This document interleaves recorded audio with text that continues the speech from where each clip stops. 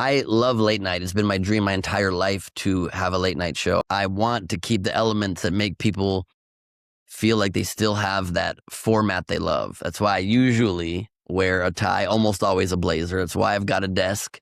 Yes, Ben Gleib grew up wanting one of those desks, and now he's finally got his own late night show, but he's building it on YouTube inside his own home. On YouTube, other than a few standards of broadcasting, there's no boss, there's no rules, there's no one I have to account to. It is just me at the absolute top of this show, of this company, and it's really creatively very freeing because what I say goes. That freedom lets Ben change the format, bring different people into the conversation, and move from an idea to a finished segment in a matter of hours. The second our tapings end, we have, 20 audience seats in here in 3 rows. They get cleared. The moment we leave the studio for the post-show part of the experience, it gets turned into this edit room with several edit stations, and the edit begins. We're just trying to create this really cool experiment with a lot of moving parts, and it's just a ton of fun to do. We talk about the creative freedom, the financial risk, and what happens when a comedian decides to build the late night show and the company behind it. Let's jump straight into it.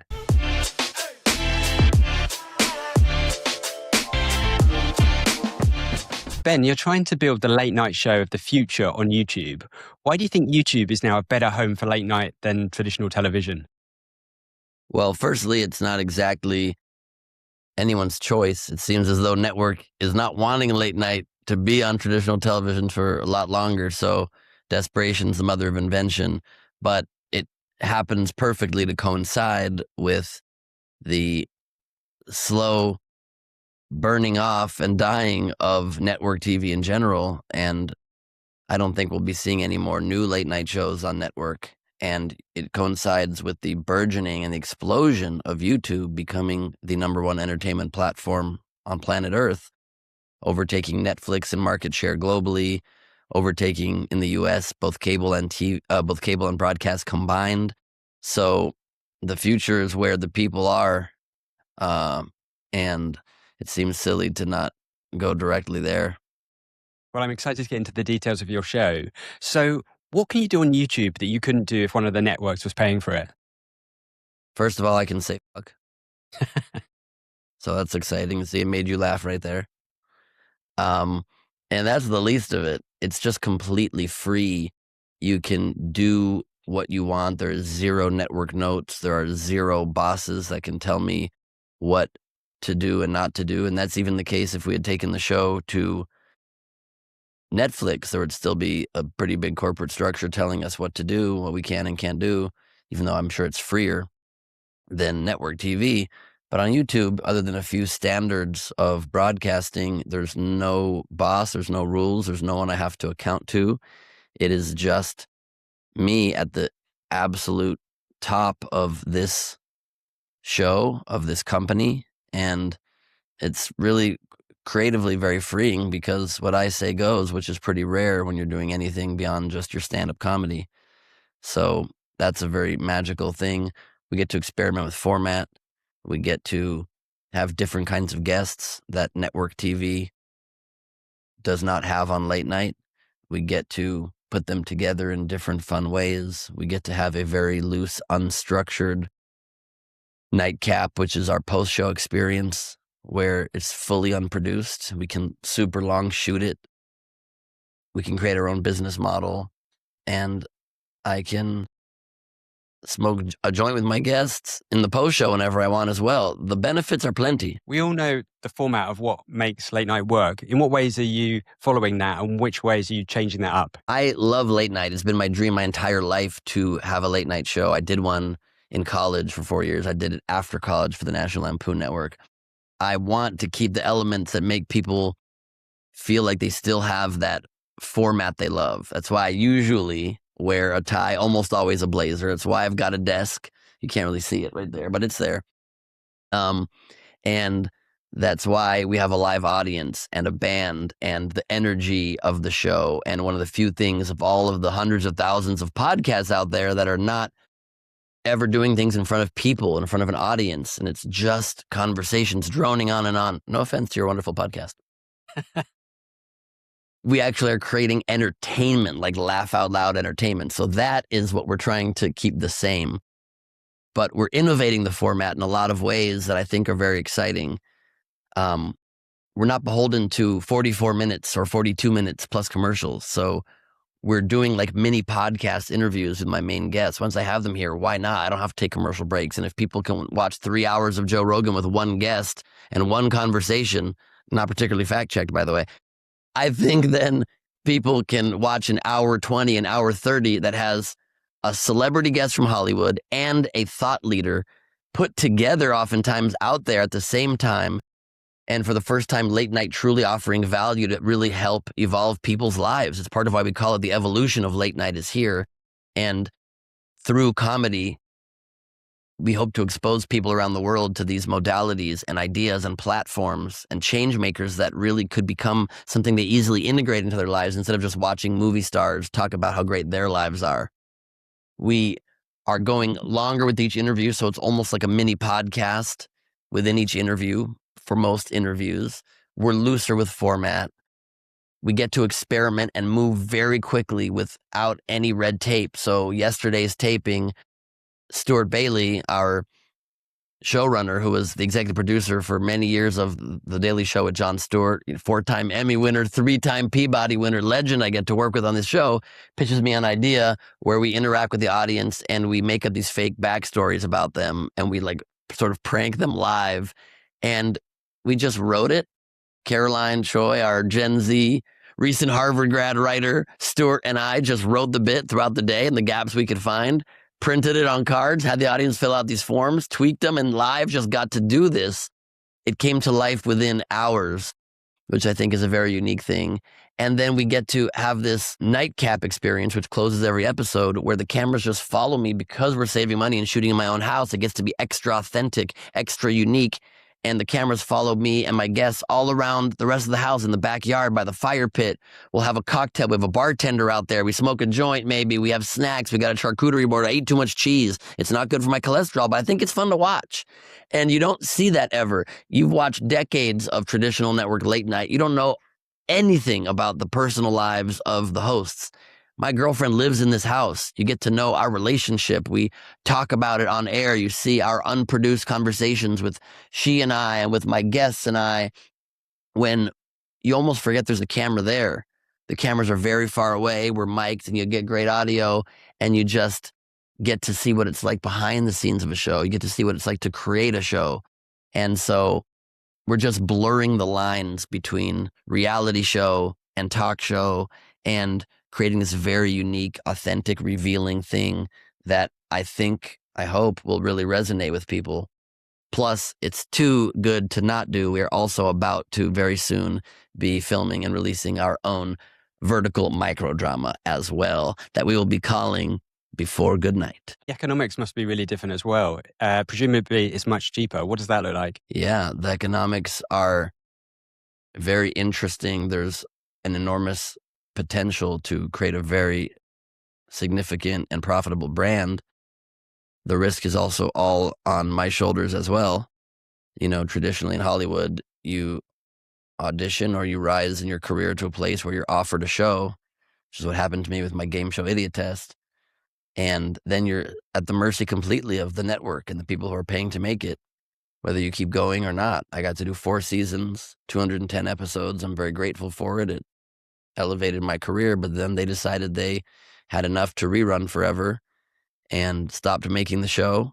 I don't see a penny for the show having then gone to Netflix, having now being on it now being on Pluto TV, and people keep being entertained by my work and I don't benefit from it, and I have to sort of start my career, or I have to start my job search rather all over again. And so it has the potential to be this enormous thing that I own and my investors own and get to profit from.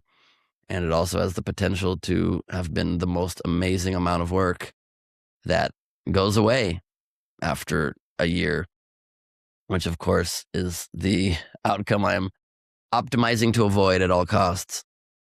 Quite literally, trying to keep costs as reasonable and sustainable as possible. But it is not cheap to do a show like this. We are doing it at a fraction of what network has paid, and it's still not particularly cheap. And we, I have to be a host and head writer of this comedy show. I also have to book lots of it myself. And even though we have great bookers, but I have to book lots of it myself until a show is really proven. You have to rely on your own relationships. And then I have to spend a great deal of my time as the CEO of this company running this ship and trying to keep it afloat. Yeah. And you spent your career as a comedian. Do you see yourself as a creator now that you're on YouTube? I do. I have always been a comedian and TV host, and I still am those things.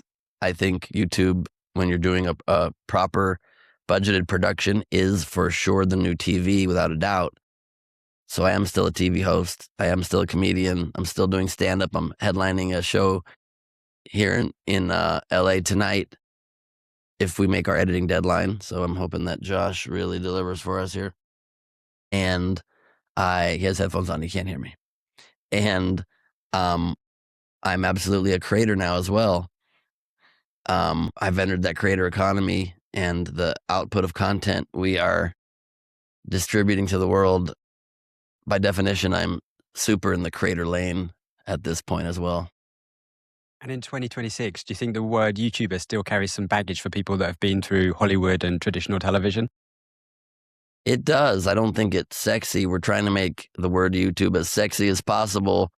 We, say we are YouTube's first late night show. And I think some people are like, wow, that's incredible. And some people are like, oh, okay, that means it's not a real late night show. And I'm like, it is very much real.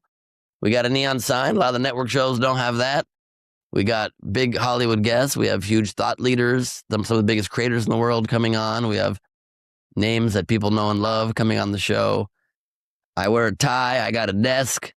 But for some, YouTube, it just has such UGC roots, and it really is a UGC world, that it doesn't have sometimes what's the word for it? Sometimes it doesn't have the allure or the mystique or the prestige of TV. But I think it's getting there, because I specifically chose to not pitch this to TV or even any streamers.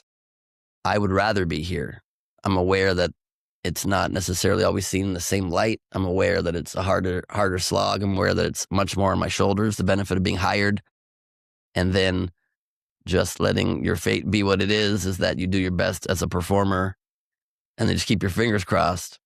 And with a show like this, the buck stops with me in every department, and I control, a team of 33 people working hard in different departments, but also not many of them full time in order to save money, and trying to piecemeal together an organization that can be lean and productive and reliable and create really new things. And it's a hard recipe to strike. Yeah. And everything on YouTube is quite different. I've spent nearly 15 years now working with creators. How much time are you thinking about things like thumbnails and titles and audience retention and the algorithm? You have to spend time thinking about those things.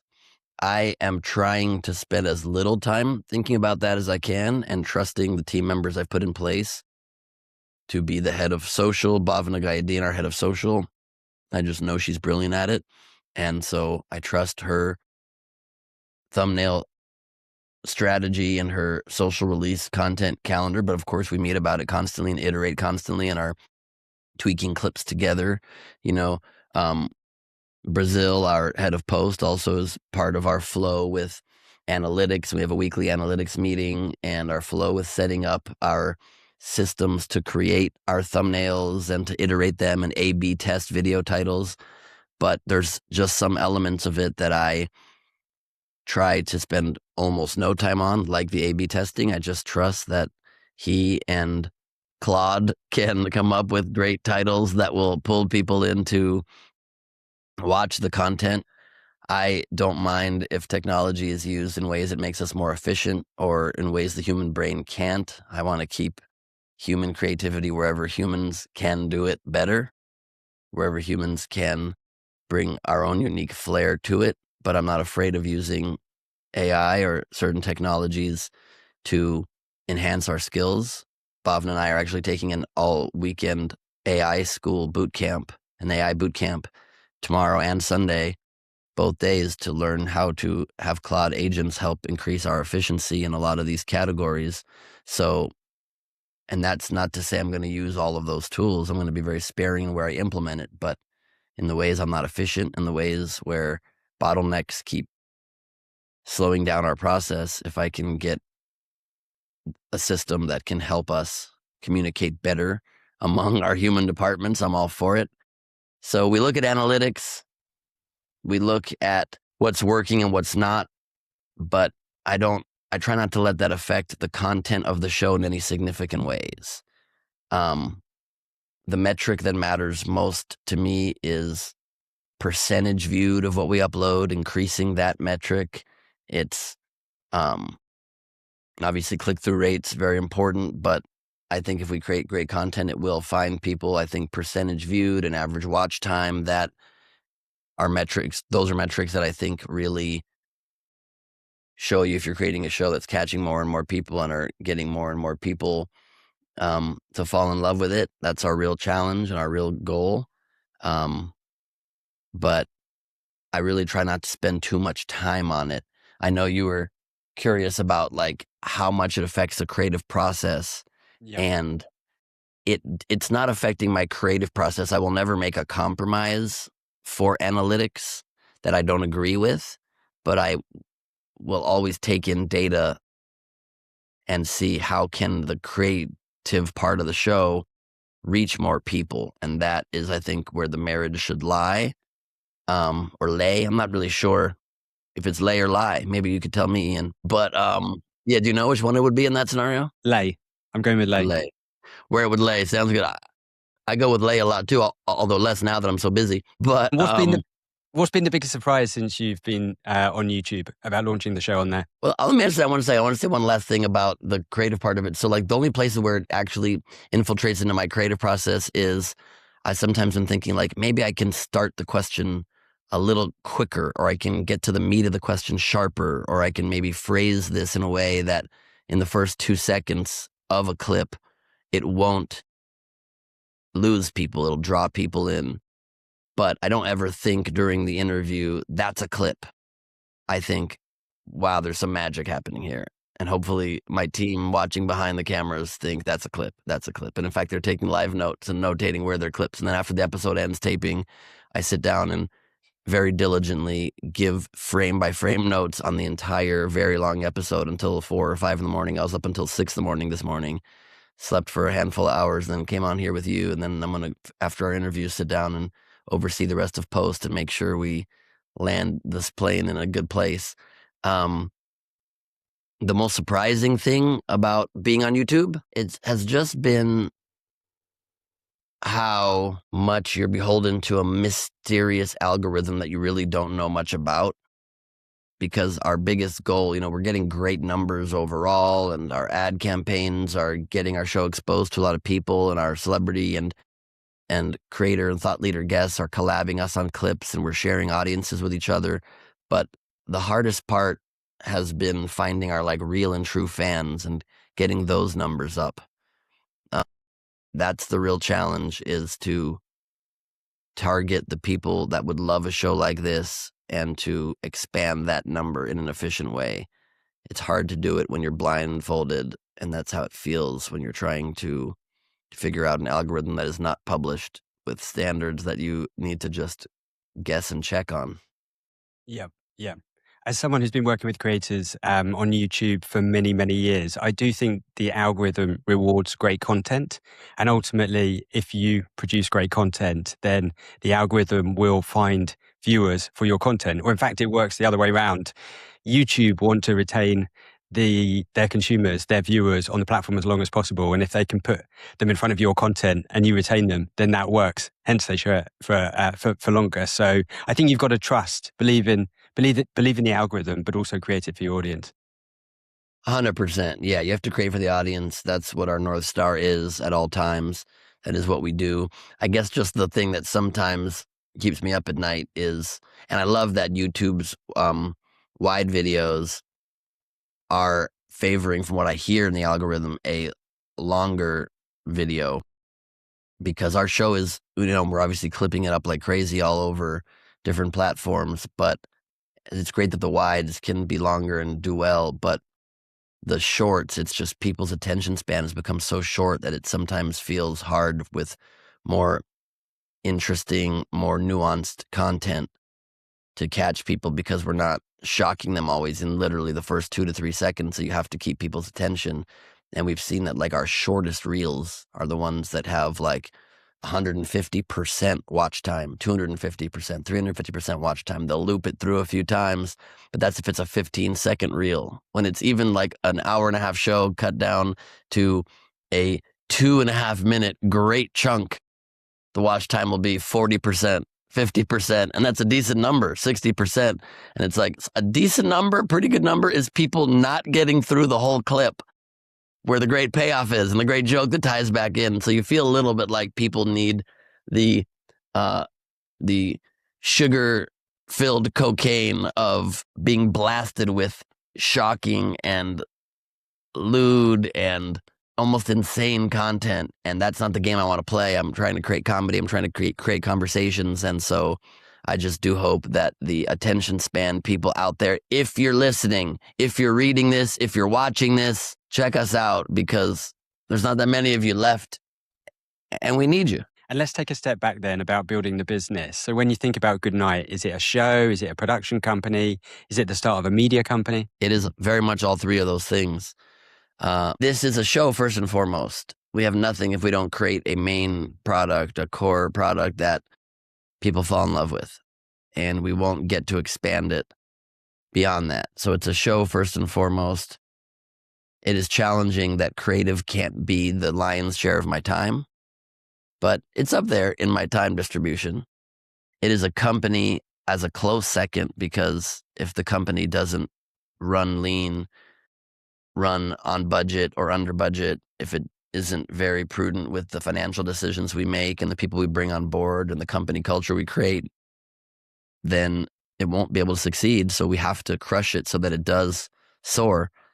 And in success, if people fall in love with the show and the company's books are being managed in a way that can make us profitable, the plan is to create the Goodnight Network and give shows to others who are breakouts from our show, other people I believe in, and create a whole network of shows that entertain people for decades to come. I don't want to look for a job again. I don't want my friends to have to restart when networks and streamers cancel their shows after 2 or 3 seasons.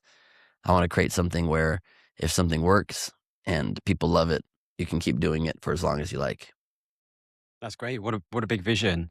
And the business model behind it, it's presumably advertising and sponsorship, but you're thinking about memberships, you're thinking about merchandise, you're thinking about events. Is that part of the plan? Absolutely. I know enough about trying to build a career simply based off of a mysterious algorithm and what views and what episodes get monetized and get pushed out to advertisers and which don't. So, of course, I definitely had my phone on Do Not Disturb. My mom is one of the few allowed to ring through, so apologies. But she'll wait. She will wait for you, Ian. I'm positive, yep. It's her 75th birthday in a day, but she can wait. Happy birthday to your mom. She was here last night, actually. My mom came and finally saw the show last night. What did she think? She loved it, and I got her to do a bit with me in the show, and then she stuck around for the post part of the episode that ends the show and was just lovely. She brought her friend. It was really cool. She's proud of me, which is very nice. Because, my late dad, I was talking about this show, doing this show forever, and I did not pull the trigger to do it while he was still alive, unfortunately, and he would have loved to see it. But at least I get to do it now, and hopefully he has a sense of it somewhere out there. But what were we talking about? We started talking about death, and I lost my train of thought. We were talking about the business model and advertising and sponsorship, but then beyond that, like other things as well. Yes. So ad revenue, of course, but we really have 7 or 8 revenue streams. We have ad revenue. We will be bringing on sponsors and doing brand integrations and product placements and sponsored segments. We then have our virtual video walls where anybody on planet Earth for the first time in late night can be on the show whenever they want and be part of it and part of that, you know, world today where people don't just want to be talked at, they want a two-way conversation. Our show is the first late night show that truly is that. The audience can just purchase a ticket and be on it anytime and ask my guests a question and be part of it. And that's a revenue stream for us that I think will be very big. You know, during the pandemic, I created Nowhere Comedy, the world's first virtual comedy venue, which then became Nowhere Studios. And I'm looking right here on my wall at, you know, our full page New York Times story about that right there. It says, is live stream, oh, I screwed my whole setup here, but is live stream stand up here to stay? And that's me on the front, on a whole page story in the New York Times and sound check with Jimmy Kimmel, a late night mainstay, I would say, and Mike Birbiglia. And we created millions of dollars in revenue for that show. Here are the photos on the wall of fame here that in this very studio before it was ever late night. That's me and Nikki Glazer, that's Sarah Silverman, Bill Burr, John Cleese and I doing a show together, the Sklar brothers, Jay Moore, Jeff Ross.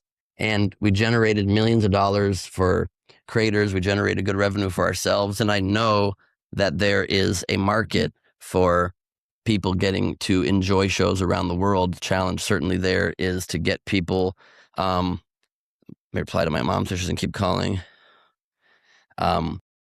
is to get people to want to attend virtual events post-pandemic, but our virtual audience is starting to finally grow. That's one of our revenue streams. Merchandise, absolutely a big piece of it. Patreon memberships already starting to grow, and we have people signing up for our exclusive content to see our unedited post-show experience, to have private Zooms with me and lots of other perks. Live touring will be a big part of it. You know, this obviously is starting to become the golden age of comedy live touring, with comedians playing arenas, with live podcasts like Kill Tony and Adam Ray as Dr. Phil, selling huge numbers of tickets. And we are like that on steroids. We have the drummer of the Black Eyed Peas, Keith Harris, as our band leader, and you'll get to see part of the Black Eyed Peas with this talk show, with guests, with this great vibe. Live touring will be a big part of our revenue. And then it will, of course, also eventually be other shows. It'll be products. I'm planning the long game. Goodnight Gummies, Goodnight Mezcal. What better brand name for an alcohol brand than Goodnight? I agree. And for a sleep gummy, have a good night. I mean, have a good night's sleep. Let's go.